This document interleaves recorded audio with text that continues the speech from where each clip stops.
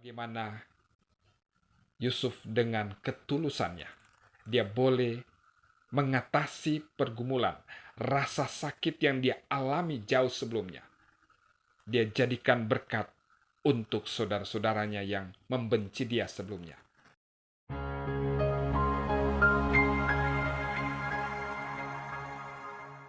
Sola Gracia, jumpa lagi dengan saya, Pendeta Audi Ngantung, di dalam acara Gema Injil Anugerah.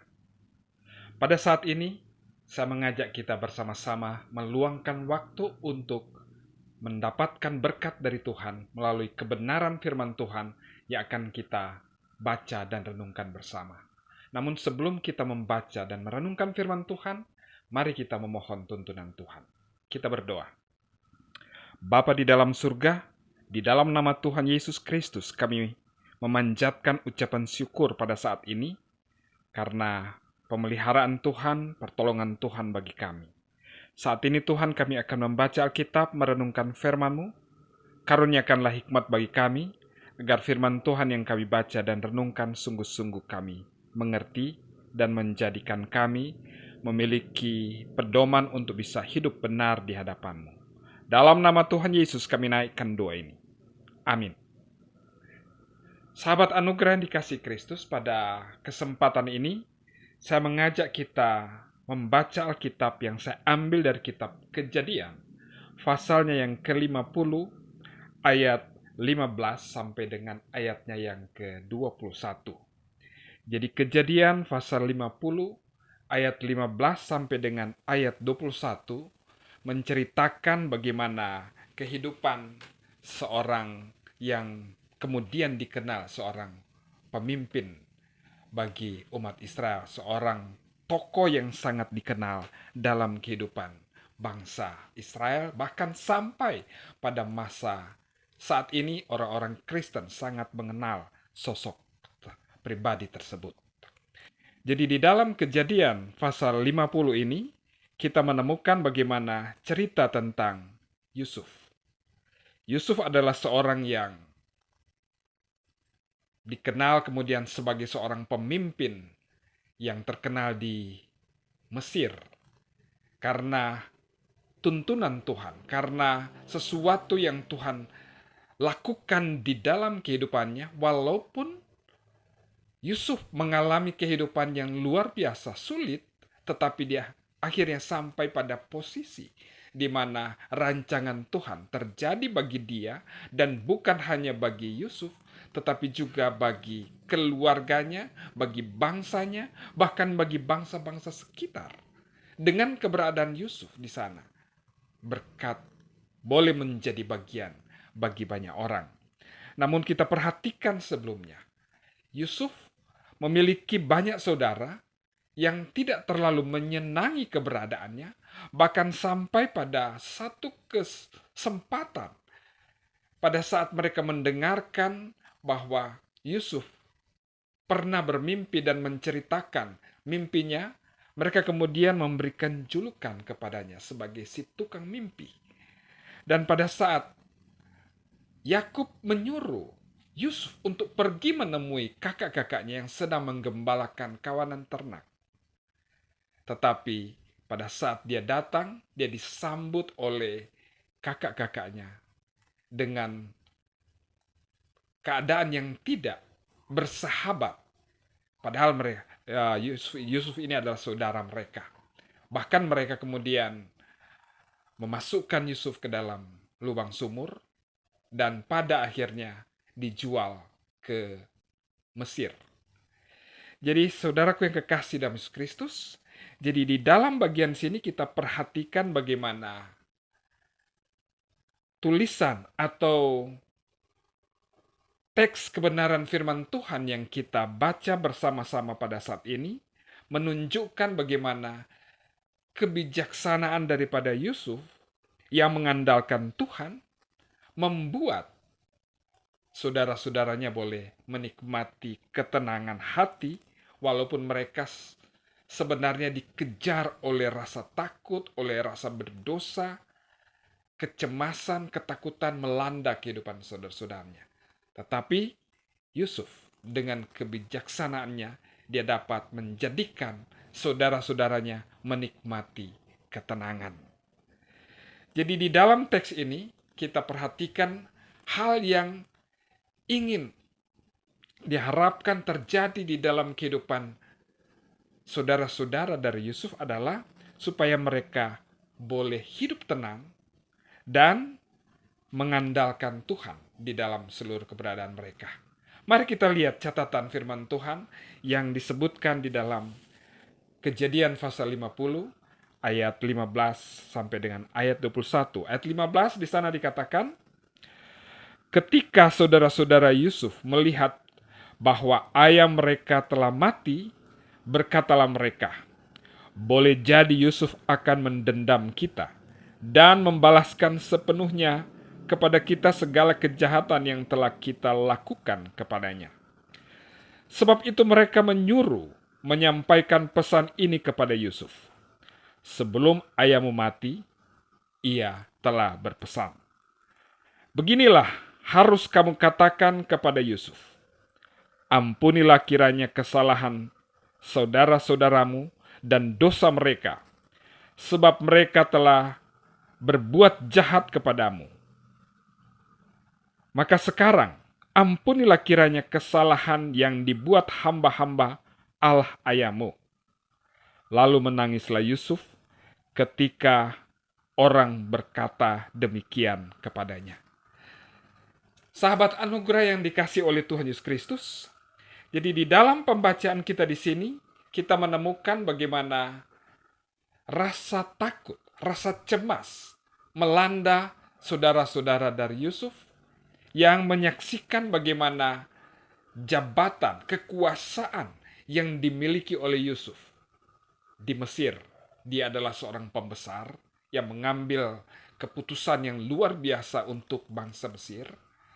Dan mereka menyaksikan bahwa keberadaan ayah dari mereka, ayah dari Yusuf dan saudara-saudaranya, yaitu Yakub, sudah meninggal. Sehingga pada saat keberadaan dari ayah mereka masih bersama-sama dan mereka, masih ada rasa tenang di dalam kehidupan mereka. Tetapi setelah Yakub meninggal, mereka dilanda kecemasan, mereka dilanda ketakutan. Dan mereka juga berupaya untuk menyampaikan sesuatu berita kepada Yusuf untuk menutupi kecemasan yang mereka rasakan, ketakutan yang melanda mereka. Mereka kemudian bersepakat untuk berkata kepada Yusuf bahwa sebelum ayah mereka meninggal, sebelum Yakub meninggal, Yakub sudah berpesan kepada mereka untuk disampaikan kepada Yusuf. Ampunilah kiranya saudara-saudaramu. Karena saudara-saudara dari Yusuf itu sudah memperlakukan Yusuf dengan sangat keji. Mereka menjual dia, memperlakukan dia sebagai seorang yang tidak berharga. Dan kemudian pada saat mereka menjual Yusuf, Yusuf memiliki status sebagai seorang budak.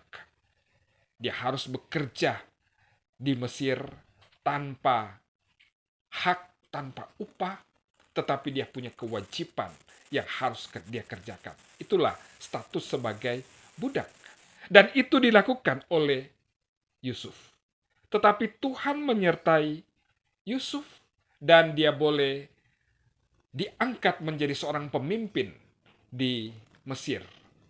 Dia hanya satu perbedaannya dengan Raja Firaun, yaitu perbedaan yang berhubungan dengan tahta saja. Tetapi soal kekuasaan, Yusuf memiliki kekuasaan yang luar biasa di sana. Sahabat anugerah yang dikasih Kristus. Jadi di dalam pembacaan kita di sini, pada saat mereka sangat ketakutan, saudara-saudara dari Yusuf ini sangat ketakutan, mereka memakai nama ayah mereka untuk mengingatkan Yusuf supaya Yusuf mau mengampuni mereka. Tetapi sesudah mereka menceritakan, menyampaikan pesan ini kepada Yusuf, ayat yang ke-17, Yusuf kemudian dikatakan dia justru berduka. Dia menangis, dia bersedih karena mendengarkan ungkapan berita yang disampaikan oleh saudara-saudaranya sendiri. Di dalam ayat yang ke-18 dan seterusnya, kita juga akan temukan bagaimana penjelasan yang disampaikan oleh Yusuf setelah situasi, setelah berita itu disampaikan kepadanya. Tetapi Yusuf, di dalam ayat yang ke-19, tetapi Yusuf berkata kepada mereka, "Janganlah takut, sebab aku inikah pengganti Allah?" Sesuatu kalimat yang disampaikan oleh Yusuf untuk menenangkan hati, membuat kecemasan, ketakutan yang sedang melanda saudara-saudaranya dapat dihilangkan. Dia berkata, "Jangan takut. Akukah ini pengganti Allah?" Walaupun sebenarnya di dalam ayat yang ke-18, saudara-saudara dari Yusuf ini sudah berkata kepada Yusuf. Juga saudara-saudaranya datang sendiri dan sujud di depannya serta berkata, "Kami datang untuk menjadi budakmu." Jadi mereka sudah bertekad untuk takluk di bawah kekuasaan dari Yusuf. Bahkan siap untuk menjadi budak. Tetapi Yusuf tidak membalas kejahatan yang mereka buat. Yusuf tidak memperlakukan mereka seperti mereka memperlakukan Yusuf. Yusuf menjamin, menyatakan kepada mereka, "Jangan takut, karena aku ini bukan pengganti Allah. Janganlah takut, sebab aku ini bukan pengganti Allah. Aku inikah pengganti Allah?" Itu ungkapan yang disampaikan oleh Yusuf kepada saudara-saudaranya. Ayat yang ke-20. "Memang kamu telah mereka-rekakan yang jahat terhadap aku, tetapi Allah telah mereka-rekakannya untuk kebaikan, dengan maksud melakukan seperti yang terjadi sekarang ini, yakni memelihara hidup suatu bangsa yang besar." Jadi alasan yang disampaikan oleh Yusuf adalah Allah berkarya di dalam semuanya itu. Kalau saudara-saudara dari Yusuf telah mereka-rekakan yang jahat terhadapnya, tetapi Allah telah membuat yang jahat tersebut, rancangan keji tersebut, menjadi sesuatu kebaikan, bukan saja bagi Yusuf, bukan saja bagi saudara-saudaranya, bukan saja bagi bangsa Mesir, tetapi juga bangsa-bangsa lain yang ada di sekitar Mesir, boleh mendapatkan berkat dengan kedatangan Yusuf berada di Mesir dan menjadi seorang pembesar di sana. Jadi Allah menjadikan kebencian, kejahatan yang ada di dalam kehidupan saudara-saudara dari Yusuf menjadi suatu kebaikan, bahkan berkat bagi banyak orang. Di dalam ayat yang ke-21, firman Tuhan berkata, "Jadi janganlah takut, aku akan menanggung makanmu dan makan anak-anakmu juga." Demikianlah ia menghibur mereka dan menenangkan hati mereka dengan perkataannya. Sahabat anugerah yang dikasih Kristus. Jadi sampai pada ayat yang ke-20 dan 21 kita temukan bagaimana rancangan Tuhan mendatangkan sesuatu yang indah dalam kehidupan. Bukan saja untuk Yusuf, tetapi untuk bangsa Israel, untuk saudara-saudaranya juga. Walaupun mereka keji terhadap dia, tetapi mereka mendapatkan berkat melalui keberadaan Yusuf yang berada di Mesir. Dikatakan dengan keberadaan Yusuf di Mesir justru mendatangkan pemeliharaan terhadap bangsa yang besar. Dan di dalam ayat yang ke-21, jaminan yang disampaikan oleh Yusuf bahwa jangan kamu takut, aku akan menanggung makanmu, menanggung makan anak-anakmu. Demikianlah ia memberikan penghiburan, menenangkan hati saudara-saudaranya dengan perkataan-perkataan ini. Sahabat anugerah yang dikasih Kristus, bagaimana Yusuf dengan ketulusannya, dia boleh mengatasi pergumulan, rasa sakit yang dia alami jauh sebelumnya. Dia jadikan berkat untuk saudara-saudaranya yang membenci dia sebelumnya.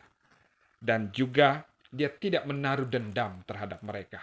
Bahkan pada saat mereka datang menghadap dia dan siap diperlakukan sebagai budak, Yusuf tidak memperlakukan mereka seperti itu. Bahkan memberikan jaminan bahwa mereka akan dipelihara. Mereka akan dijamin makanan mereka, anak-anak mereka, selama mereka berada di tempat atau di Mesir, selama Yusuf mempunyai kemampuan untuk itu sebagai seorang pejabat. Dan ini firman Tuhan katakan, dengan cara demikian dia dapat menghibur, memberikan ketenangan kepada saudara-saudaranya. Saudaraku yang kekasih di dalam Tuhan Yesus Kristus. Di dalam pembacaan kita di sini, mari kita belajar bagaimana Yusuf yang diperlakukan keji, tetapi dia tidak menyimpan kekejian tersebut, kemarahan untuk membalas dendam. Dia mengasihi saudara-saudaranya, bahkan dia boleh menjadi berkat untuk saudara-saudaranya. Bahkan dengan keberadaannya sebagai seorang yang takut akan Tuhan, diangkat oleh Tuhan, dipilih oleh Tuhan untuk menjadi seorang pemimpin bagi bangsa Mesir, yang membuat bukan saja Mesir yang terberkati, tetapi bangsa-bangsa sekitar Mesir juga ikut mendapatkan berkat pada saat kemarau panjang terjadi di daerah sana. Mereka boleh mendapatkan berkat karena ada kebijakan yang dilaksanakan oleh Yusuf. Jadi dengan keberadaan Yusuf di sana, dia boleh menjadi berkat bagi banyak orang. Dan kita belajar bagian yang lain adalah, hendaklah perkataan kita boleh menjadikan orang lain terhibur. Perkataan kita boleh menjadikan orang lain tenang. Mereka yang dalam kecemasan boleh mendapatkan ketenangan. Mereka yang dalam ketakutan boleh mendapatkan ketenangan hidup, keberanian.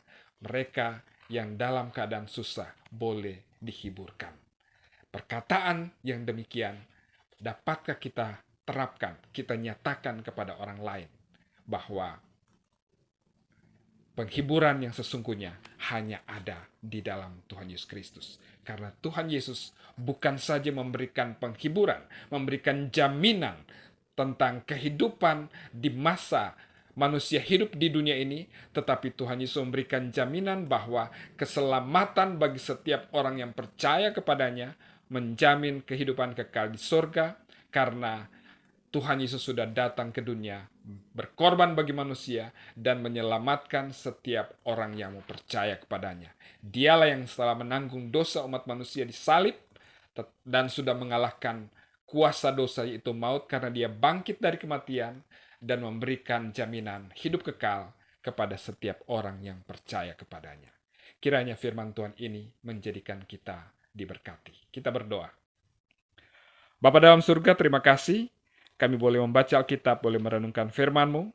Kiranya kebenaran firman Tuhan ini menjadi berkat bagi kami semua. Terpuji nama-Mu Bapa, dalam nama Tuhan Yesus kami berdoa. Amin.